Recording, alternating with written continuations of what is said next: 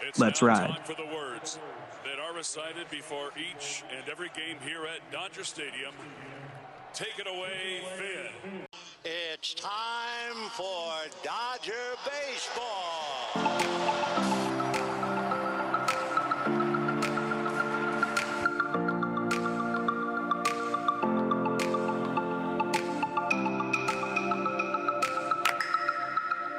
What is going on, Dodger fans? And thank you for listening to another episode of the Incline Dodgers podcast. We are presented by FanSided. This is Kevin Klein speaking, and this is the last Dodgers podcast episode heading into the All-Star break.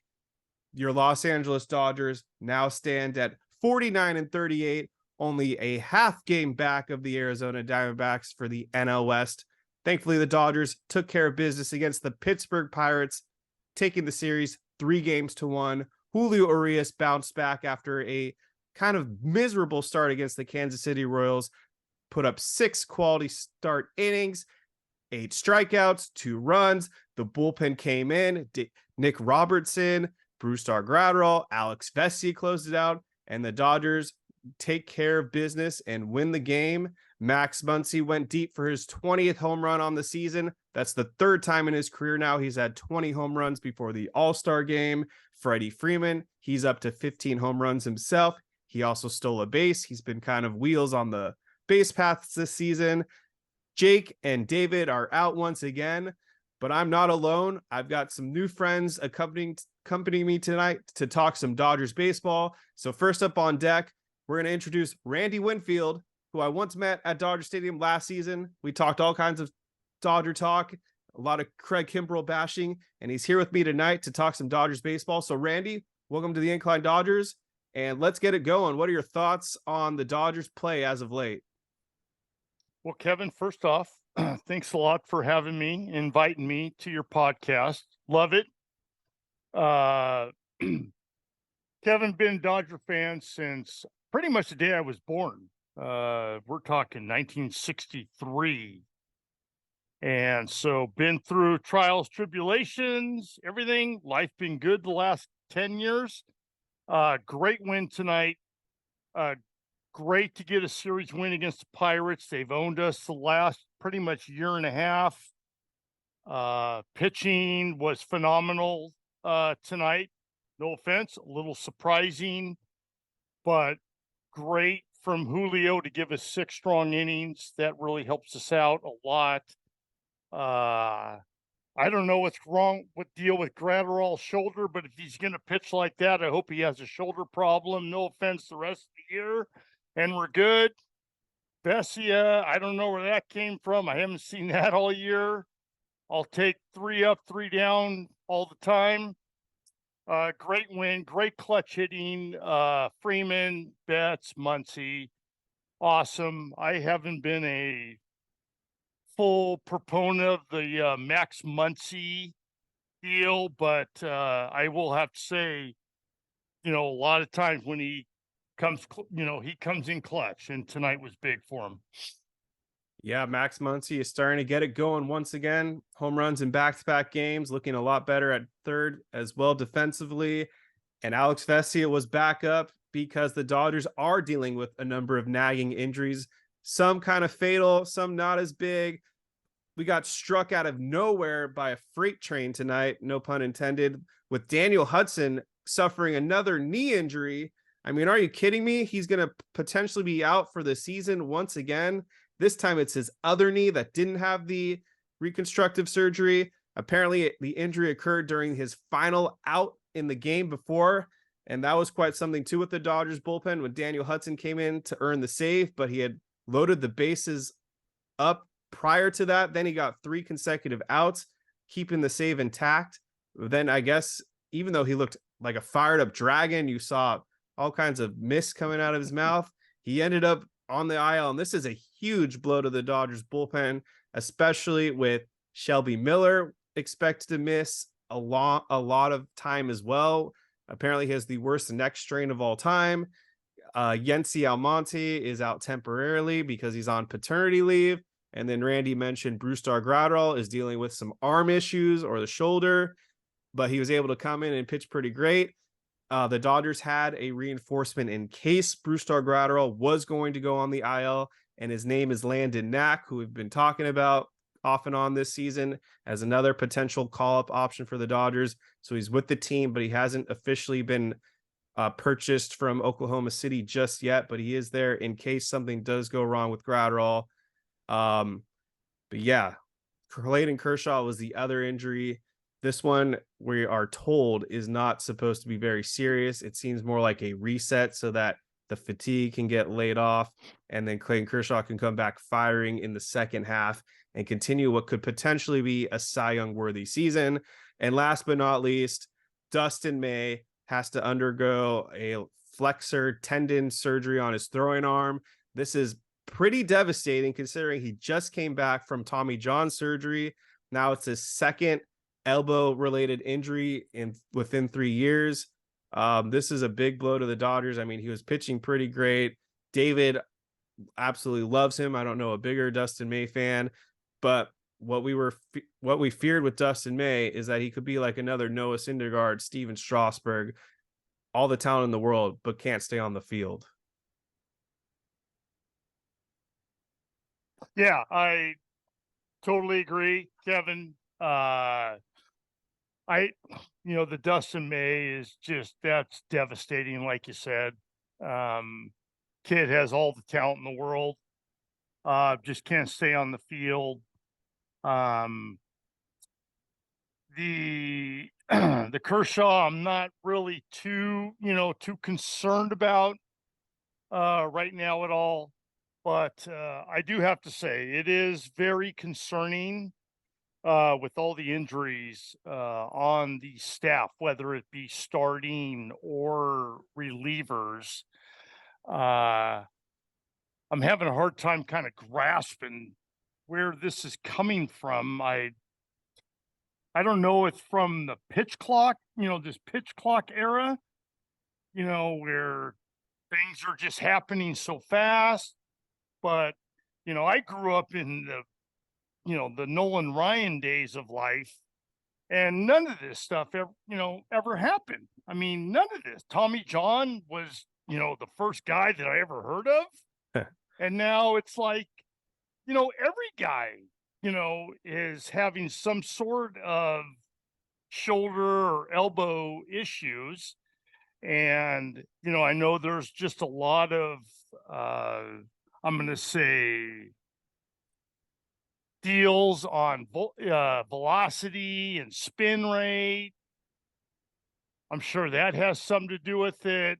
Look, I'm not going to be a guy that goes out and just throws, Dodger trainers and coaches underneath, the bus. I'm not going to do that at all. Because, we're not the only team that goes through this. Trust me. But what's happening right now is very concerning.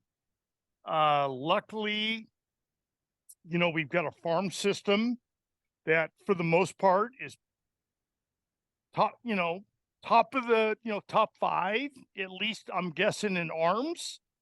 Absolutely. A lot of them have done, I'm going to say, average, so far. Long ways to go with that, but I think we're Dodgers are going to be okay. I really do. The Hudson news is devastating, absolutely devastating, because now we lose our 8th inning guy for the most part. Phillips. Who knows with Roberts, but Phillips is supposedly designated as our 9th inning guy. The Hudson deal is devastating. I will have to admit that. Whether the Dodgers go out and get another, I'm going to say, closer type guy for an 8th or 9th inning, and it's going to be interesting to see. I think this next month for the Dodgers is going to be very interesting to see what direction they go. It's going to be crazy. We'll talk some deadline moves in a little bit. We always get fan questions, so we'll get to that in just a few. But yeah, the injuries have been insane. They got 15 Dodgers right now on the injured list. They've used 31 different pitchers already this season. That's top 3 in the sport. Some of it could be pitch clock related, but then other stuff, I don't know. Maybe the Dodgers do have the worst medical training staff of all time, because honestly, I just don't get it. The Daniel Hudson injury, not pitching related at all. This is the second time now with his knee. The Shelby Miller injury with the neck, I don't see how that can be related to the pitch clock. That's a neck injury. And then you got other guys like Noah Syndergaard, who's been dealing with the blister. And I know that most of Dodgers fandom out there doesn't want Noah Syndergaard back, but this was supposed to be a guy they gave $13 million to provide length to the Dodgers and eat innings. And so far he's been out, I think, a month now. They keep flirting with the idea they'll bring him back. Haven't seen it yet. I don't know if he'll ever pitch for the Dodgers again, but there are a few bad injuries. The Dustin May one, obviously, that's arm, but then there's a lot of these other freak injuries that I just mentioned. Great news. The second fill-in co-host for tonight has just joined us. Ernie is in the house. And if you know him on Twitter, this is a guy that's got a number of hot takes like myself. Sometimes we go back and forth. So I'm very happy to let him join us today on the Incline Dodgers podcast. This should be interesting. Ernie, how you doing, man? All right. Well, I will edit that and keep going in the meantime. All right. So the Dodgers took care of business against the Pirates. They did not take care of business against the Kansas City Royals, and that had me pretty frustrated because the Royals are one of the worst teams in baseball. That leads us to our first question coming on Twitter at RealSoundHound_. Do you think Doc is angry at the roster construction this season? His press conference in Kansas City came off as pretty miffed at the front office. Randy, what are your thoughts? Do you think this roster construction has been an issue, or do you think this is more just the freak injuries we've been talking about? The guy that throws our manager underneath the bus. I think Dodger fans are very undoubtedly spoiled with what's been going on the last 7 to 10 years. You know, pretty much 100-win team, you know, you win the division, and then it's let's see what happens in the playoffs. And undoubtedly, for the most part, it hasn't ended up too well, except for 2020, which of course I do count as a championship. Right. No, I do not blame it on roster construction. I think it was noted before the beginning of the year when the Dodgers did not re-sign JT. They let go of Cody and stuff, that they were looking to go a different direction. Now, Cody was still decently young, undoubtedly. But when you've got supposedly the number 1, 2, 3, 4, 5 farm system in baseball, whatever you want to call it, ultimately you got to give these guys a shot at the title. And this was the year, or this is the year that it's going on. And there is no way, shape, or form if anyone thought we were a 110-win team this year. No, not going to happen. No. But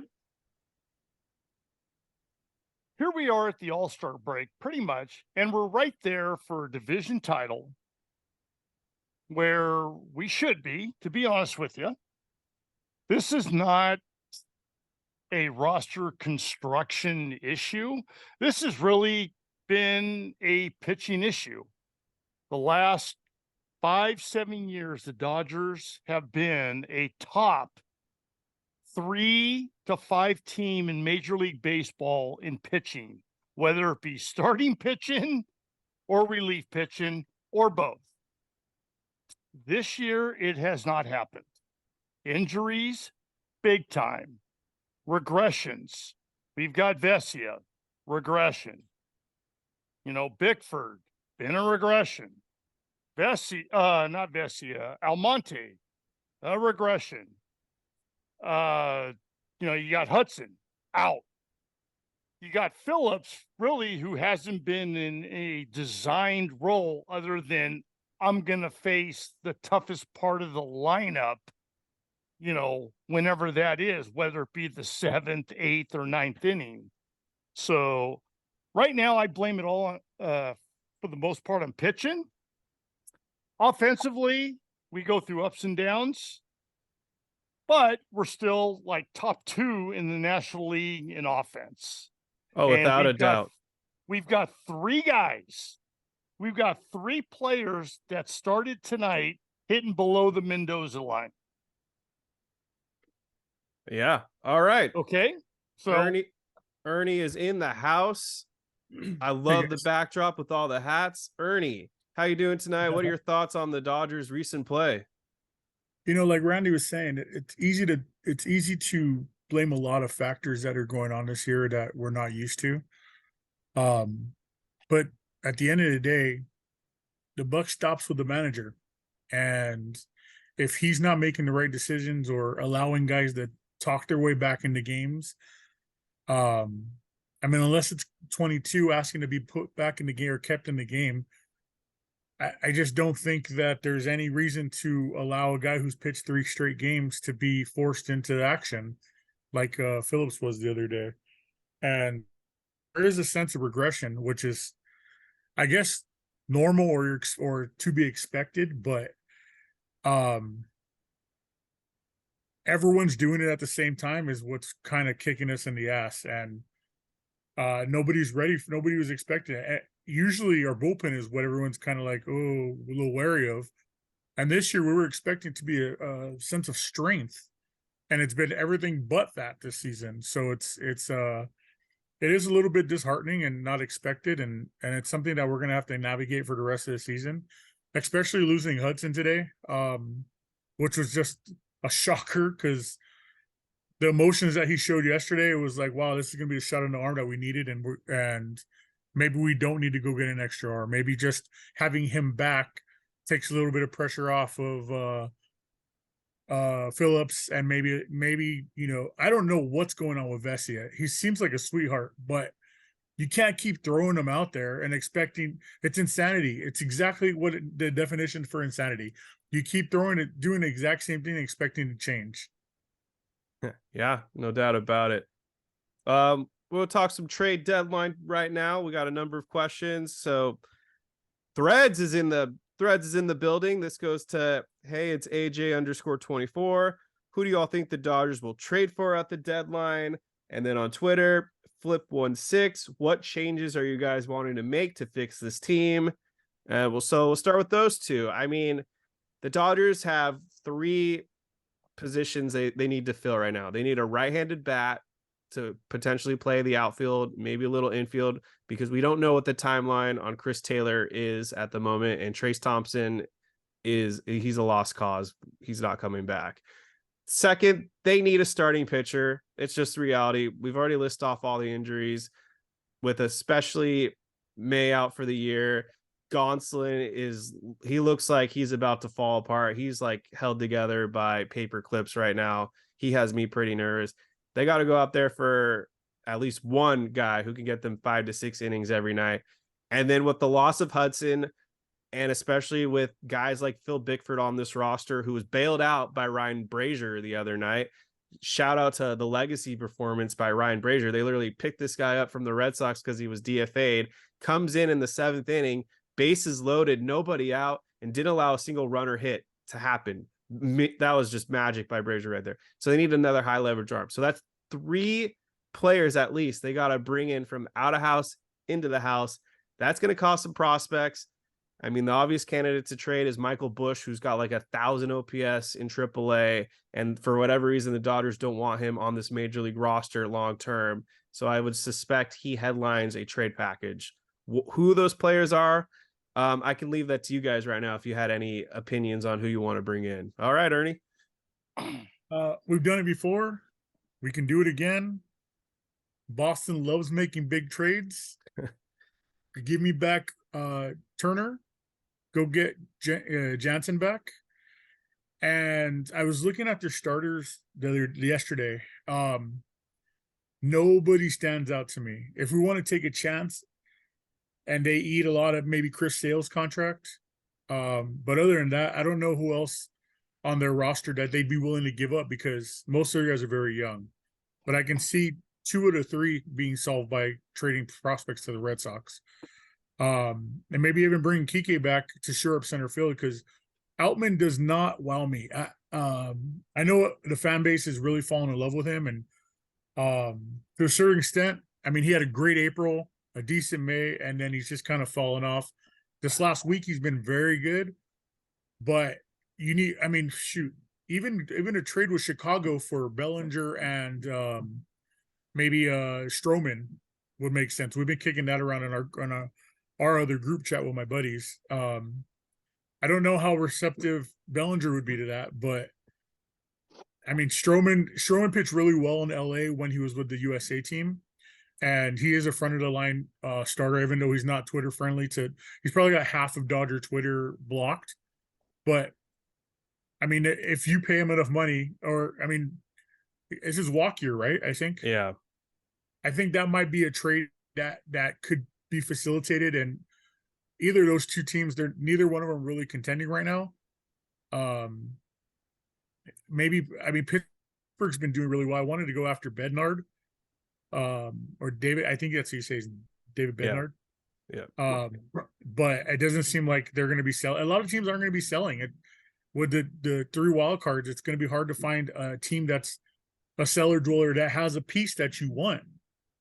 It's not impossible, but it's not exactly like likely, and everyone's going to be after the same guys you're after. For sure. I have my guys, but I will save them because that's actually another segment coming up. Randy, any thoughts on what the Dodgers need or who they should acquire before the deadline passes? Well, I think there's no doubt that we need to get a starting pitcher.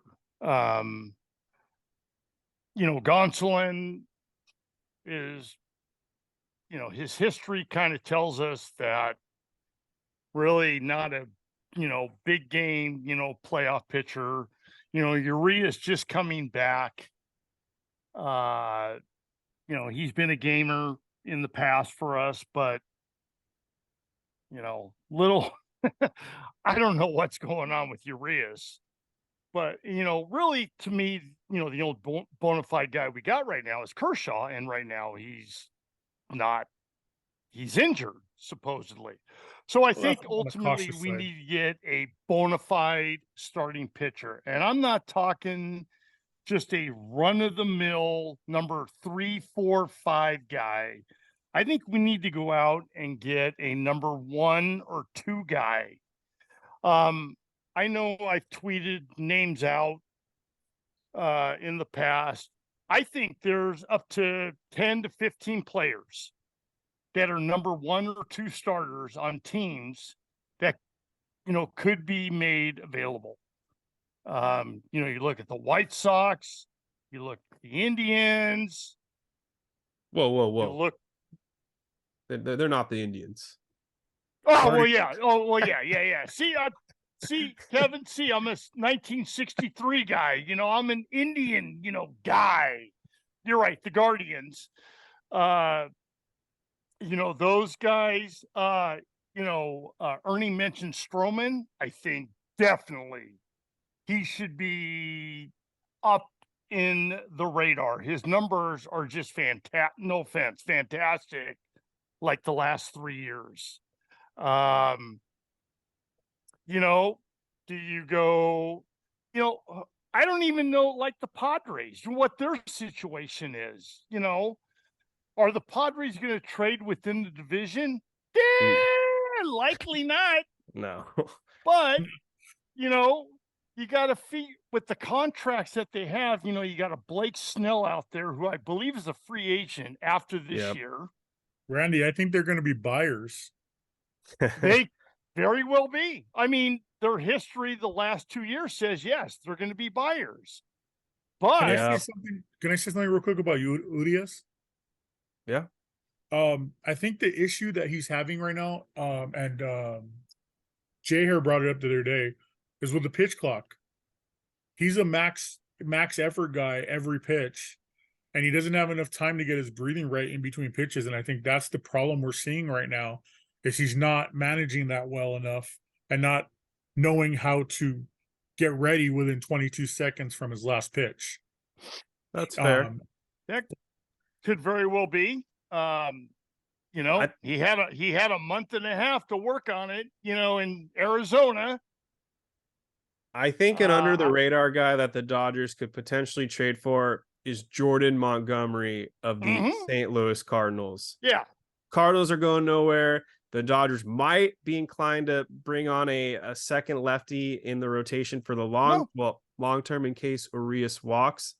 I have to check, though, to make sure Montgomery's not an upcoming free agent, because then that might retract what I say. But he would be certainly a lot cheaper regardless to resign. He pitched for the Yankees for a number of years, so it's not like he's going to be shell-shocked going to another big market. So that's a guy I would put on your radar, is Jordan Montgomery. He's on a 1-year, $10 million contract. All right, thank you. Yeah, you know, Kevin, you brought up, you know, St. Louis. You know, Flaherty's out there. You know, Flaherty, you know, had great success, you know, 2-3 years ago. I think he's in a walk year. Yeah. This year, to compare him to Bueller. They did. Yeah, I mean, and now St. they're both Louis hurt. is, yeah, I mean, they're donezoid. They're done. It's going to be interesting. It's going to be interesting to see what they do with Arenado. I mean, that's a lot of money. That is a lot of money. You brought up St. Louis, and I apologize to interrupt you. I think an Arenado, maybe Flaherty or an Edman type deal, and if you can get an Arenado and maybe who's the shortstop over there? Dylan Carlson. He plays center field and shortstop. If you do like a Carlson, Flaherty, and Nolan Arenado, I know I'm pipe dreaming, but that might be where you look to trade maybe a top 3 prospect that I don't want to mention because I'm going to get killed for saying his name, and possibly Michael Busch. The Cardinals probably want a catcher. I will just throw that out there. I don't think they're too thrilled with the guy they gave all that money to. He's been awful, dude. You know, the other thing is if the Dodgers we're going to say long-term outlook is for Ohtani, then Arenado is not in the picture. There's no way. A lot of money coming off the books. It's not. I understand, but there's just no way they're going to add. You know, Ohtani's going to be minimum 45 to 50 million a year. Now that automatically. But if you're paying, remember Kershaw's going to be coming off the books the next year or two, and you have all these young influx of pitchers. The only guys you're paying is Freddie, Mookie, Ohtani, and in Arenado. You can run guys like David Peralta types in left field. You can run a younger or older guy in center field, like Hayward's only 33 years old. He probably has another 3 or 4 years to play in him if he keeps hitting the way he's hitting. Well, then you can extend Smith, which they should do this offseason, and buy out his arbitration years. And we're going to be able to probably re-sign Bueller cheap because he's had 2 Tommy Johns. He's going to want to get some guaranteed money, and he's not going to be a $250 million pitcher. His arm just can't hold up, or hasn't held up. But we love him. It's like I said, it's gonna be very interesting to see what the Dodgers do in the next month. Lots of options. We're gonna find out really what direction they are gonna be going here in the next month. There's no doubt about it. Yeah. Now that Ohtani was brought up, it's time to talk Dodgers Angels. The Dodgers have 2 games left before the All-Star break, and it's against the Angels. Griffin Canning, Reed Detmers will be the starters for the Angels. They already announced that they don't want to start Tyler Anderson against the Dodgers. I guess they're cowards. He might come out of the bullpen. Detmers pitched pretty well against the Dodgers his first go around. But I mean, the thing with the Angels right now is they're free falling. Mike Trout was placed on the IL with a fractured hand. He's going to be out potentially 2 months. Anthony Rendon's back on the IL. No surprise. He's been a terrible contract. The Dodgers, last time they faced the Angels for 2 games, swept them, outscored them a total of 4-0. Yeah. And so this is where it brings me to who I think the Dodgers are still going to trade for at the trade deadline. Shohei Ohtani. A lot of people think that the Angels aren't going to trade him. I, on the other hand, think the Angels are absolutely going to trade Shohei Ohtani. And here's why, for a number of reasons. Number one, they're probably not making the playoffs. They're on the verge, or they just fell to 4th place. They're now 45-44. Number two, Shohei Ohtani is an upcoming free agent. If they were to let him walk in free agency, best case scenario that they can get is a 2nd-round draft pick. Number three, there's already a lot of Angels fans that are clamoring for the front office to trade Ohtani because of number two that I just brought up. And they want to get at least some type of haul back, some prospects, so that the longevity of this team can be somewhat sustainable for the future. Otherwise, this team's going to go nowhere without Ohtani. And so finally, that leads me to my final point of why they're going to do it. He's got 2 months left. If Artie Moreno actually gives a crap about the future of this franchise and wants to have ticket revenue, he's going to trade Ohtani. He's going to give him to the highest bidder. I just can't fathom the thought that he'd be this stubborn to let him walk. I don't think he's selling the team anymore. Went back on that. This guy is somewhat bipolar when it comes to ownership. I think the pressure that the media is about to put on this team every day now, you're going to hear stories that Ohtani, Angels, is this trade going to happen? They're going to give in. If Juan Soto could get traded, Shohei Ohtani is going to get traded. I don't doubt what you're saying. I don't think we're the highest bidder. And what do you do with JD Martinez? Put him in left field. I mean, that's a conversation I'd like to have for next season when we sign him. My thing is, why trade for him when you can, for 2 months, it's going to cost you probably north of 4 prospects, top prospects. Yeah. Maybe somewhere in the top 3, top 7, top 13, and top 20. Right. And when you don't have to give up that capital, I don't think we're built for a run this year. To go deep, we might get lucky, but if Ohtani's there, could they be built for a run? You're going to lose Kershaw and Urias potentially to either retirement / free agency. And so now you're going to be already a watered down Dodgers team. Martinez is a free agent. Peralta is a free agent. Hayward might not be the same player next season. No, I'm saying we should re-sign. I think we'll sign Ohtani. I don't think you need to trade for him because you're going to have Buehler coming back. You're going to have Bobby Miller with a year under his belt. You're going to have, I don't think Sheehan's built for long-term. I think Knack is, but who knows? Sheehan as your 5th starter, kind of like the Tony Gonsolin, but this guy throws 94. Big difference. I think we should have traded Catman last year when he was at his highest peak value. I was in a minority. Nobody liked that. It's actually a question. He's a smoke and mirrors pitcher.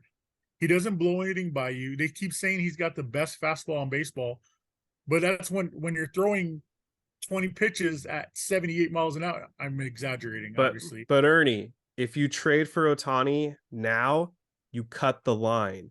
You have exclusive negotiation rights for that 2 months. 3 months maybe. And that's a huge advantage versus letting him walk in the market. And now you got to have the highest bidder. He's not a Scott Boras client, so I don't think he's going to be like, I need to test free agency. They made this happen with Mookie right away. I think they could make this happen. Honestly, who's our competitor? He doesn't want to go to the East Coast. It was documented his first time through this whole engagement process. Seattle, maybe. San Francisco, maybe. Mm-hmm. Dodgers, I don't think I don't think they have enough money in San Diego to pay him. And then I don't see, we're bidding against ourselves because when you look at all the other prospects of being, I think San Francisco is the only place, and even that, look at their lineup, it's not very good. and you don't have Freddie and Mookie to protect you in the lineup, Ohtani seems like a very smart dude and looks at all the analytics. He's kind of like a pitcher who does not need to be named, who loves analytics type.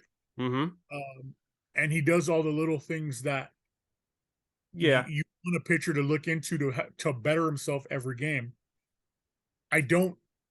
Seattle might be because of the Ichiro connection. Yes. San Francisco because they have a very dense Asian community up there. But let's not knock what we had when we had No Mo Fever. It was crazy here when we had the number 4 Saito. I mean, Hanshin Ryu, Korea, but same thing. Yep. Everybody from any Asian country is automatically loved here. The Dodgers even are doing Asian Heritage Night on one of the Angel games this weekend. I think Saturday. So he'd be very much embraced, and I think he wants to be loved. It just seems like that's what the tea leaves are saying. Now, right. I don't think the Yankees or Red Sox are a real viable threat when it comes to Ohtani, even though all their fans like to tweet and yell out, "Oh yeah, we're gonna get Ohtani." And he's just not an East Coast guy. He doesn't like that weather. The climate he pitched in Japan was very much similar to LA and California. So I really don't think we have that many suitors that we have to cut the line and cost those prospects. Sure, would it be nice to have him and get him used to how we do things and not the Hollywood lifestyle like Rendon tried to mention? But is it worth the prospect cost to get in front of the line by 2 months? Maybe. Yeah, I mean, it depends on. Sorry, Randy, 1 second. No, go ahead. It just depends on the demand. Like, I'm not going to burn the entire farm for Ohtani, but if the return only costs us Michael Busch, who's not going to really play anyways, maybe we have to give up Gavin Stone, who hasn't really been that great for the Dodgers, because we get to keep now Bobby Miller and Sheehan, and then you just throw in some other guys, and that's all it takes. Then 100%, 10 out of 10, I'm making that trade. And I want to win in 2023. I think maybe it's to my demise, but I'm higher on this team than a lot of other Dodger fans might be. I think we're one superstar or just a better bullpen, to say the least, from just running away with this thing. I'm not impressed by the National League at all. I think the cost is going to be legit. Something like Bush, Rushing, Stone, and maybe Pages. I would do that. Would you really? I would do that. Yeah. For 2 months with Ohtani? Yeah. Here's, my deal on the Ohtani deal. And I am not an expert whatsoever, but I'm not a fantasy football guy.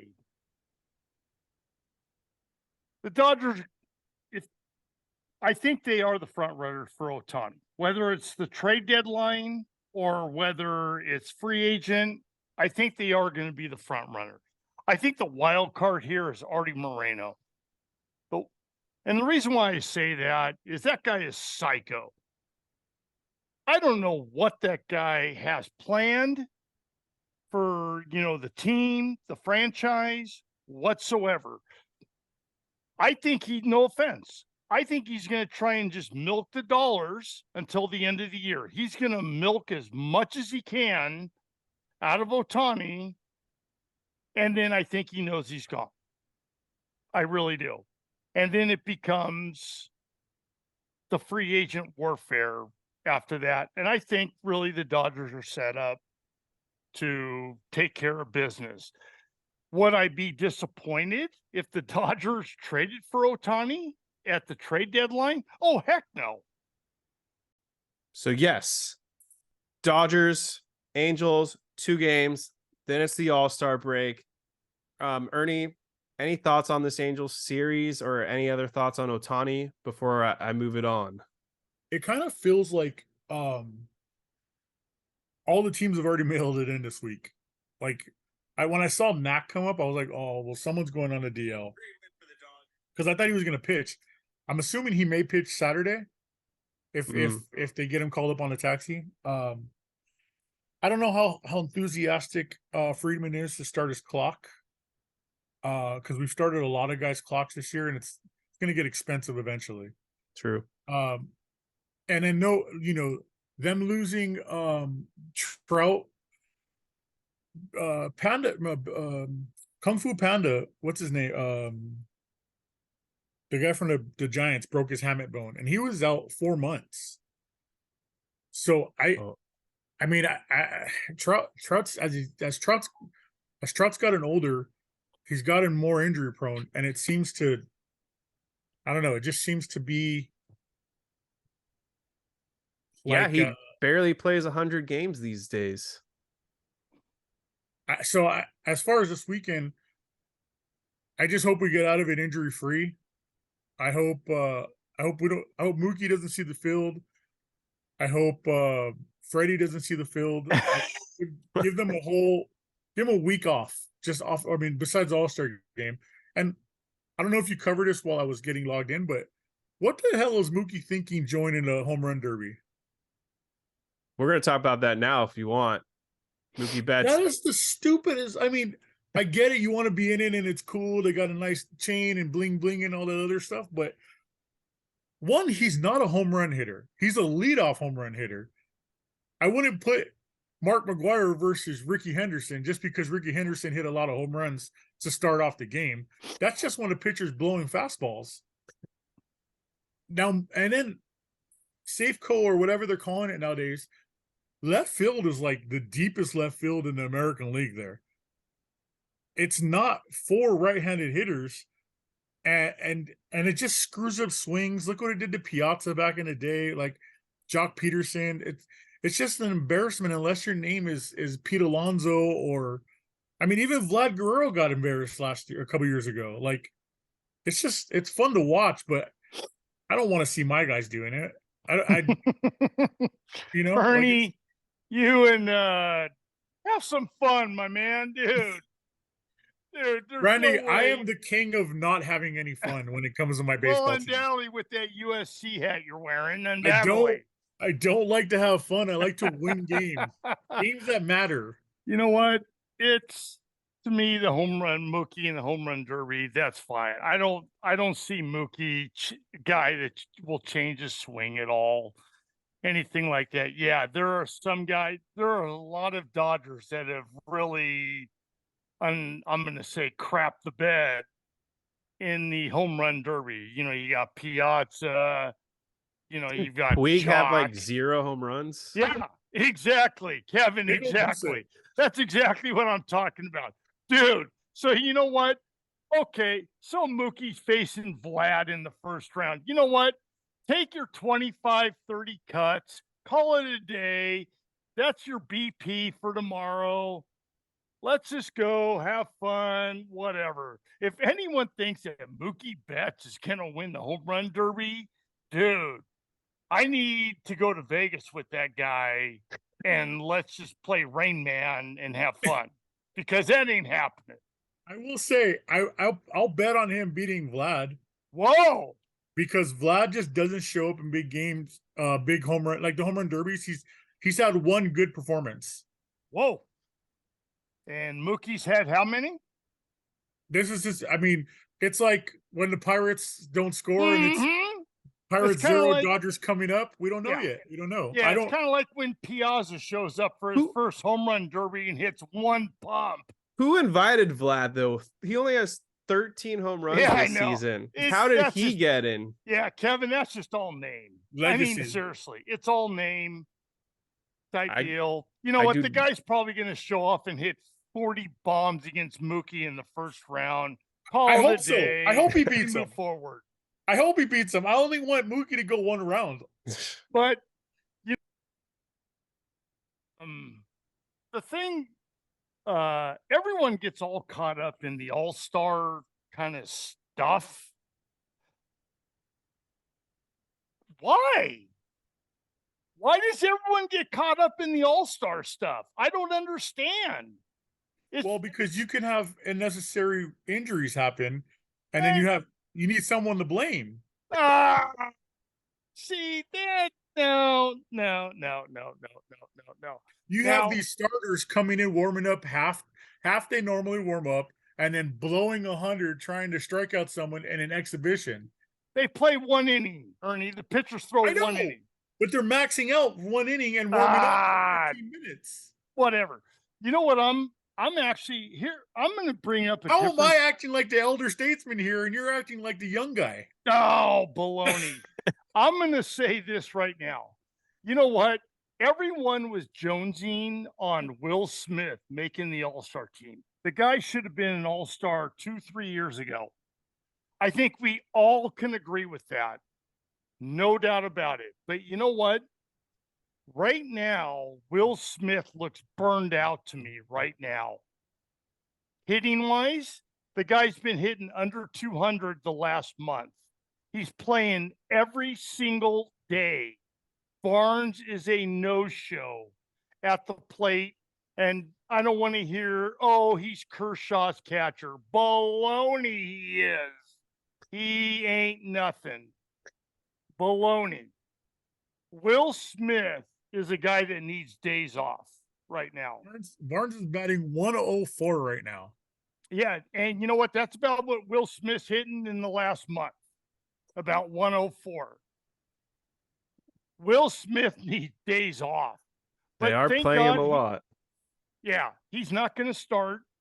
You know, I'm hoping Will gets in maybe in, you know, he'll probably get in 2 or 3 innings type deal. But, you know, with Will playing in the WBC and now he was out, you know, what, 2 weeks? He had a, you know, concussion problem, which of course, you know, we all hate. But ever since he's been back from the concussion, he's been playing pretty much every single day. That's actually a question from Dennis Byron about Austin Barnes. Is it possible to send down Austin Barnes? I don't think they could actually send him down, but that leads to his point. Is it time to get rid of Austin Barnes? Do they call up Hunter Fiducia? Do they trade for a backup catcher? As someone that was a big Barnes advocate, even I can see the writing on the walls that he is an automatic out and providing no value to the Dodgers. And if this is going to come at the expense of them overplaying Will Smith and now he's burned out the entire second half, it's not worth it. Right. Kevin, I agree. See, the problem is the Dodgers just signed Barnes to a 2-year deal this year. Yeah, and but I think it's a club option. It's nothing. Next year. Yeah, it's like what Ernie said. It's chump change. Yeah, exactly. It is chump change, but it's to the point now where Barnes has been so far along and he's been with the team. So there's no way you're sending him down to the minor leagues. There's no way you're doing that. So either you're going to release him. Will Smith in his last 10 games is 6 for 36. It's not great. Okay. It's not great. It's terrible. It's not great, but if you take a look at Will Smith hitting, he's still batting the guy is a 272 on the season. fastball guy, and he's late on everything. If you take a look, I've been watching. Will Smith's my favorite Dodger right now. I pay attention every single game. That guy is late on every single fastball. When's the last time he's hit a home run? Has it been like a month ago? Will Smith should be a 25 to 30 home run guy with between 85 to 100 RBIs every year. Yeah. And he is not on that pace. Have I ever thought that Will Smith is a number 3 hitter on the Dodgers? No. Never have I thought that. Is he a number 4 hitter? No. Will Smith is better equipped to be hitting 5th, 6th in the lineup. And Kevin, to your point, do the Dodgers need to find another bat? Yes, they do. Yeah, no doubt about it. His sweet spot in the lineup is 5'6". Absolutely, it is. There is no way he's a number 3-4 guy. No way Will Smith. When we had that backup catcher come up, who's been bouncing around the league since we had him. I forget his name, but the guy Austin Wins. Yeah. Are you talking about that or Cartea? Wins. He had like 2 or 3 doubles and was like a shot of life. Well, you get When I see Ohtani, Barnes in the- bat him third. Right. I mean, yeah. And so you get an Can he Ohtani guy. catch? Right. Will Smith moves down. Exactly. Smith's That last would home be- run was probably at the game I was at, which was against the Astros when he tied it up, I believe, in the 8th inning. That would have been 2 Sundays ago. And that was probably his last home June run. In 25th. yeah. Yeah. It's no, Will Smith needs rest. I'm telling you right now. I don't He think you're needs going to get rest. an argument on that from any of us or anybody. We all hate Barnes. I think Klein's the only one who likes Barnes, and Well, even then, I mean, oh, I don't be care that he's a easy nice on him. guy. Ernie, be easy on Kevin, man. Dude, Barnes, dude, how clutch was he in 2020? We were fucking kissing Randy, the, excuse Randy, me. We let were me tell you kissing the something about guy at the time. Randy. Let me tell you about my friend Klein here. Can we cuss on your podcast? No, He is the biggest crap stirrer on the internet. He likes to throw out these truth bombs and then backs away like that Homer Simpson meme. We're back into the bush. He doesn't like to engage. He likes to throw it out there and then see anarchy. And I actually kind of dig it. Like today, he had a crap post about the Lakers and Clippers that Ernie, I saw it, dude. I promise. Back off on the I basketball. won't get We're into talking it. baseball, dude.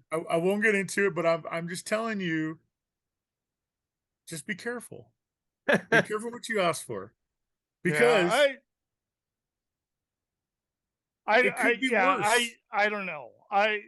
The catcher situation, I think they're not going to do anything about. I think they're just going to let it ride. I think Will Smith's going to play at least 85-90% of the games in the second half, and like you said, let it ride. I think Will Smith is going to get an extension. I don't know what kind, but if the Dodgers are smart, they would do that. They really would. It'll probably be something like 5 and 75 or something what- like that. Whatever it is, the guy 5-1-10 at this think point. guy so? deserves it. I think The concussion scare. Contreras got a lot. Realmuto got a lot. Smith is now better than both of them at this I point agree. in their. Yeah, but we have like 4 years of arbitration that we can pay him nothing for. Yes, So that's true. Yeah, that is true. But They'd are be you doing him willing a to favor by giving him possibly 75. burn that bridge? or 85. Yeah, that's true. That's right, the problem. Are you willing to maybe burn that bridge? And then Wills just says, bye-bye, I'm done after 3 or 4 years. I just want to know where Friedman's bottom line is with your backup catcher, because you're not getting any. He's not even doing well framing. He's dropping balls like he's Grandal. Well, He had 2 pass balls not this game, but the last game he caught. He had 2 pass balls. It's just where do you draw the line? When is it enough? Well, like when is it where we don't put Rosenthal in there to catch? All right. well, let's get some of these other listener questions in, and then we'll get back onto some of your guys' final thoughts. Yeah. So young Jeremy 33461, he actually would like the Dodgers to consider trading for Luis Robert of the White Sox. Do you guys think he's a possible option to trade for? He'd be center field or maybe right field. I think that the cost would be crazy high. I would love to have him, but he easily would cost young and he's got Cartaya. scary power, light tower power. Yeah. But he's also been hurt too. And he's a dog. He dogs it. He doesn't run the bases like a maniac like Puig used to.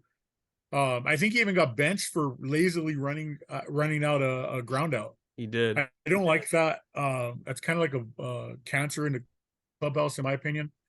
Adding the player, of course, that caliber player, of course. I just don't think the acquisition cost is worth the performance we would get. I would have to agree with Ernie on that. I think if something like that were to happen, I think there would be a pitcher involved also. So it would be Like a kind of a 2-player, trade, whether it be Giolito and Roberts or Cease and Roberts. And then undoubtedly that would cost multiple Yeah. prospects, along with, probably a player on the team currently. Yes. I agree. I don't know. I don't think it's worth the price. That does take care of your right-handed bat, Kevin, which I agree with. But I don't know. I'm a little iffy on that one. Second to last question on Twitter. Say it like the YM1. Are we ready to trade Max Muncy or Tony Gonsolin at the end of the year because he believes that they are prime regression candidates? I have not ever been a Max Muncy proponent. I never have. Great clubhouse guy.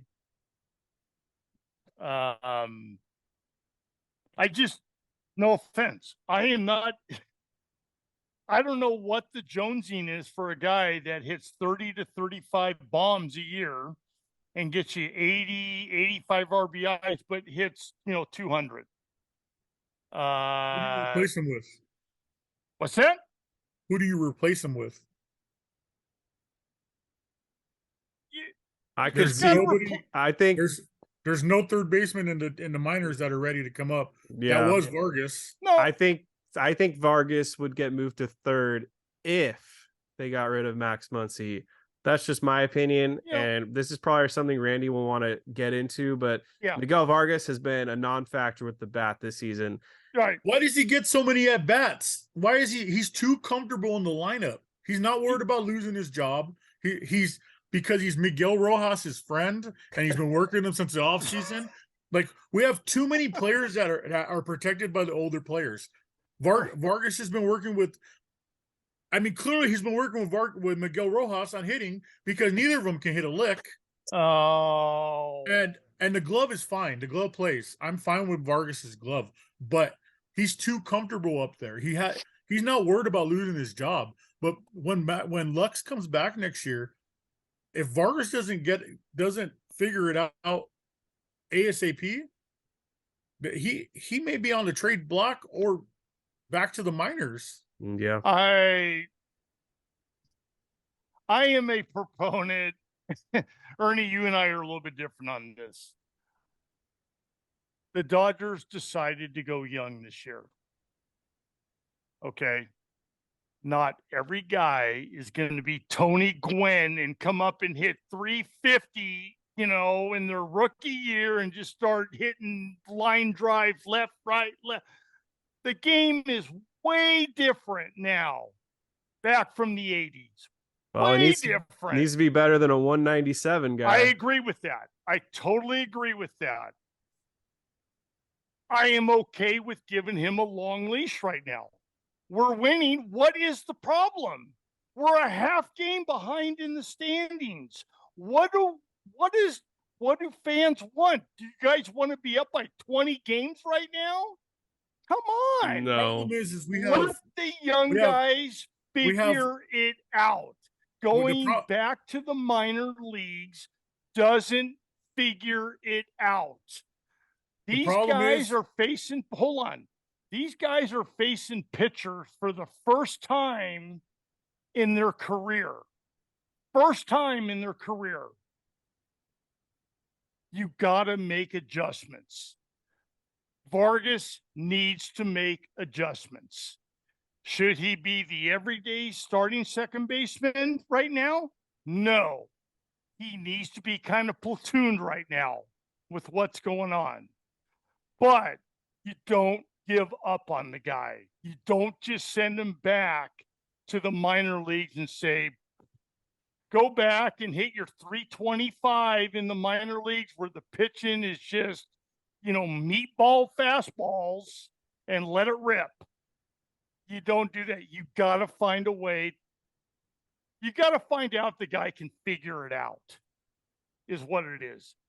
Him, Outman, all these guys, the pitchers, they need to figure it out. Sending back to the minor leagues is the easy part. Go ahead, Ernie. The thing is, I think okay, I agree with you on giving him a leash and letting him figure it out. When that leash is too long, he's going to hang himself. And he's getting close to it at batting 197. The issue right now that I'm having is 4 of the 8 position players on this roster are hitting 200 or lower. And that is just, I mean, I'm assuming Outman's around 200. It's just not, it's not sustainable. How do you can't have Muncy, you can't have Rojas, you can't have Vargas, you can't have Outman starting every day and hitting sub 200.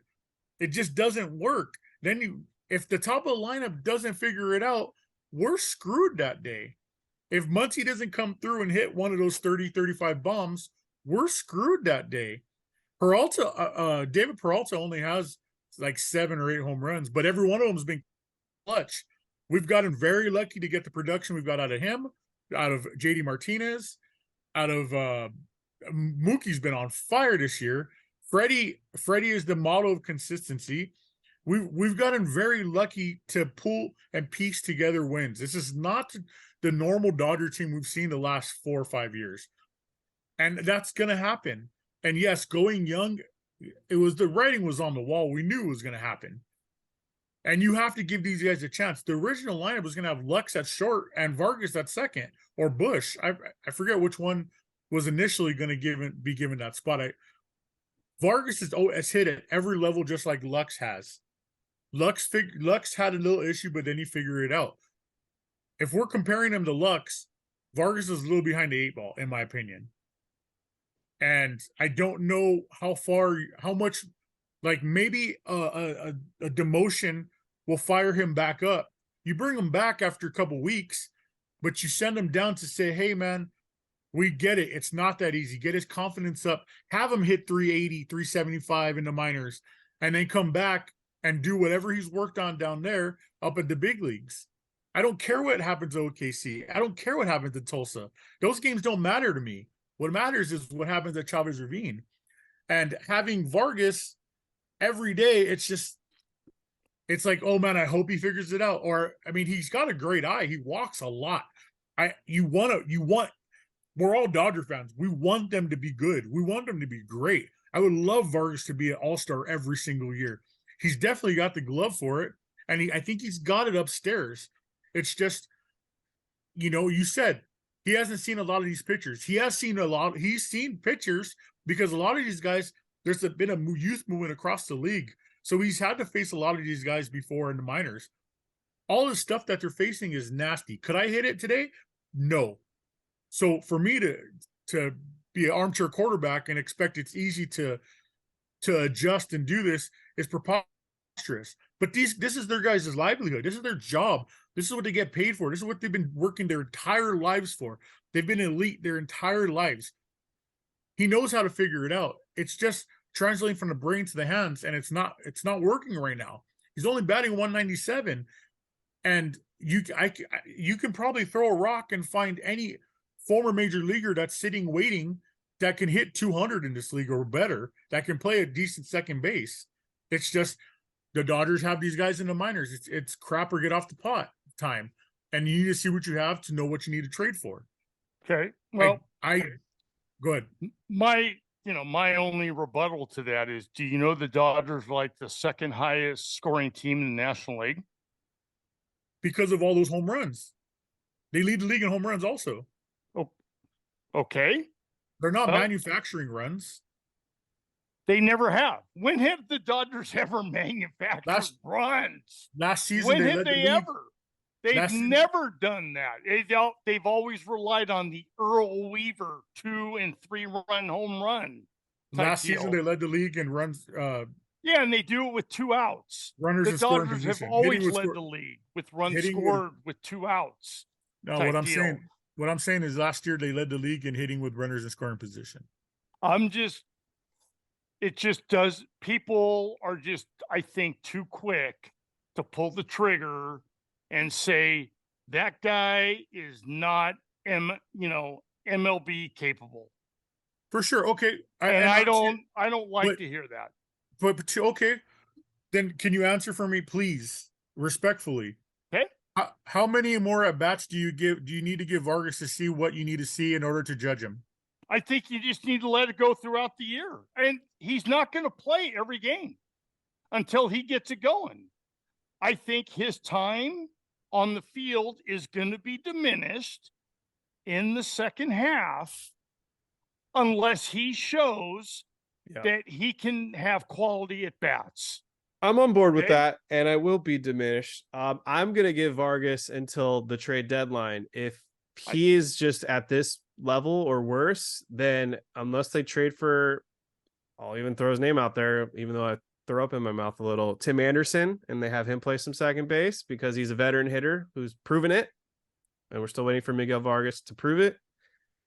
If they don't trade for someone, then the reality is, and this would suck, but Mookie Betts is my second baseman, because kind of Ernie hit it on the nail on the head. The Dodgers had 4 stars essentially carry them all last season.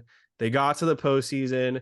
Mookie Betts faded. Right. Will They Smith all faded. faded. Right. No, they all faded. Muncy and Freeman did not fade, but everyone else faded. No, I totally agree. Can't have 2 hitters carrying your lineup in October. There's no team in the history of baseball has ever won with just 2 hitters carrying them. And that's my worry with the Dodgers is they get too complacent. They're like, well, we're winning games. We got 5 guys carrying us and 4 guys who aren't, but we'll get by it. And then they get to October, same story happens year after year. And so that's why I hope they're more aggressive and can see the light and get veteran reinforcements if they need to, because this isn't the end of Miguel Vargas' career. If he struggles this season, he's going to have next year. Oh, absolutely. Have the year after that. But we got to think about the short term. They gave him the opportunity, and if he can't run away with the opportunity this year, then you got to move on. And maybe that's a learning experience. Maybe that makes him better for the rest of his career. Totally agree. I totally agree. But you know what the number one priority is? The Dodgers ain't going to win right now until we get pitching. you can stack your lineup like the Padres do pretty much and stick it 1 through 9. But you know what? You don't have pitching. It's not going to matter. It really isn't. All right. We're not going to be able to play bullpen games in the playoffs. We're down to our final few minutes here, so I want to give each of you one final thought / segment for you guys to express on the podcast, and this will answer Mr. Roger 1966 question of how and why. Ernie, I'll start with you. Anything you want to talk about, we're going to do it now for a few minutes, or question you have.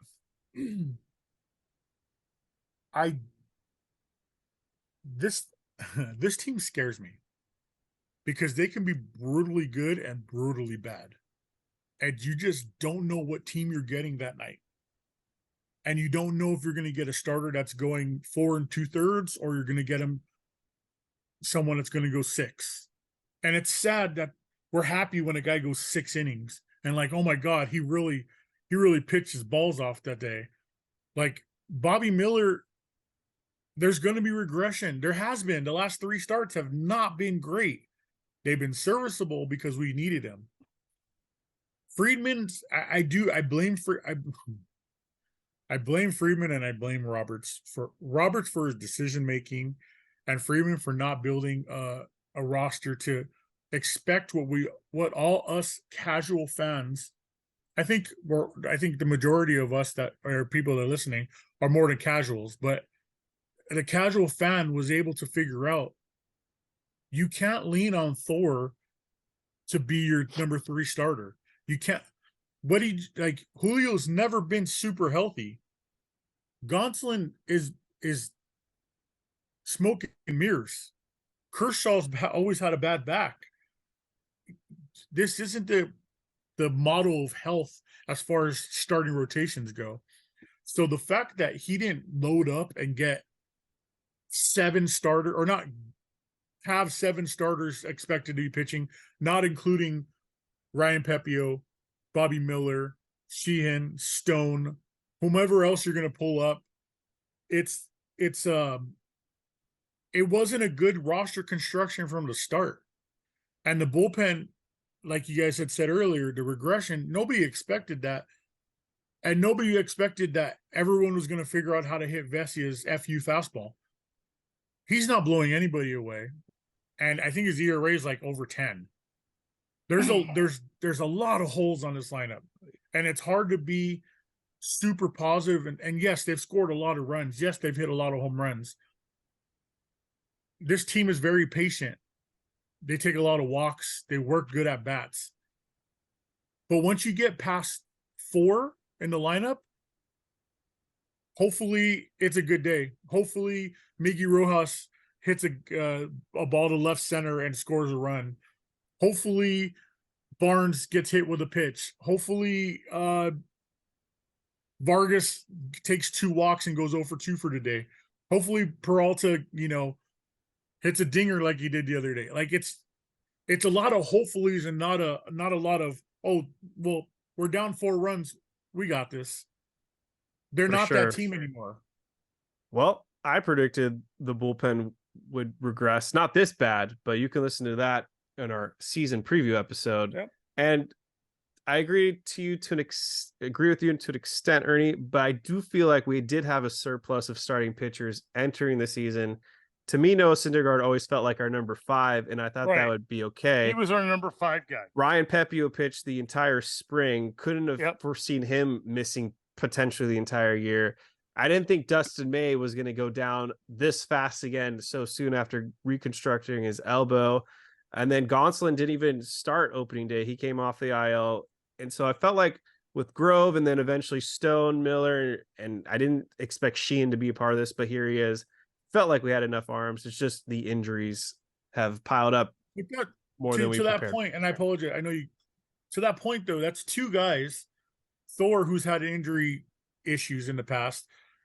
Gonsolin, and 3 guys. I'm sorry, Gonsolin, who was injured coming into the season, and then May coming off of Tommy John. We should have never expected anything from May this year. This was his rehab year. Just like we shouldn't expect anything from Buehler next year. Anything we get is going to be icing on the cake. You don't go into the season expecting to lean on these guys, especially when they're coming off major surgeries. So, yes, we did have a surplus of relatively healthy guys, but there's no inning eaters there. We should have went after like a Rich Hill, who just has a rubber arm, and he's going to eat 200 innings. Fair enough. Well, Verlander won a Cy Young after coming off of Tommy John surgery, but he's also freak. I know. All right, Randy. He also pulled Kate Upton, so I'm gonna get you in here, Randy. Final thoughts before this episode ends. Kevin, be ready for a crazy next month. I'm telling you right now. It's gonna be, our roster is gonna change. There's gonna be some turnover. Definitely in pitching. And I think there's going to be some turnover with at least the 40-man roster. No doubt about it. It's going to happen. I think the Dodgers are in a position to win it all this year. Yeah, it doesn't look like it right now. But then again, everyone was calling that we were champs last year at this time when we were up by 20 games against everyone. Well, now Atlanta is that team now. Okay. Well, we've done we did pretty good against Atlanta. There's going to be some turnover here in the next month. Be prepared. It's been iffy the first 3 months, but hang on. Don't anyone leave the TV station. It's going to be interesting. And I think the Dodgers are going to be right there. I honestly do. I'm not just saying that because I wear blue color glasses. I think we're going to be right there. I really do. And it's going to be interesting to see what teams are in buy and sell mode with the extended playoffs. That's all I'm going to say. I'm going to wait until the end of August before I start going whatever. Yay or nay? Love it. I'm all in right now. All right. Well, Ernie, Randy, thank you guys so much for joining the Incline Dodgers this week. You guys killed it as first-time guests. And everyone listening to the episode right now, make sure to subscribe to the Incline Dodgers wherever you get your episodes. Give us a 5-star rating. Follow us on Twitter. I will drop both of their handles below in the description so you can give them a follow on Twitter, and maybe you'll find them on Instagram or Threads, whatever. My final thoughts are this: Shohei Ohtani, keep an eye out on him. The rumors are going to get hotter and hotter the day by day, and he is a better player than Babe Ruth. I'm leaving it with that. Shohei Ohtani over Babe Ruth. Any disagreement there? No, absolutely not. Definitely less beer than Babe Ruth.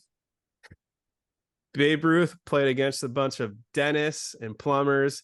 Shohei Ohtani is playing against real athletes. But does Ohtani have a candy bar named after him? Maybe he will in Japan. I don't know. I don't know, but I just hope that fingernail is okay. All right, everyone. Have a great week. Enjoy the All-Star break. Go Dodgers. Thanks for having us, Kevin, buddy. thank you again for having us.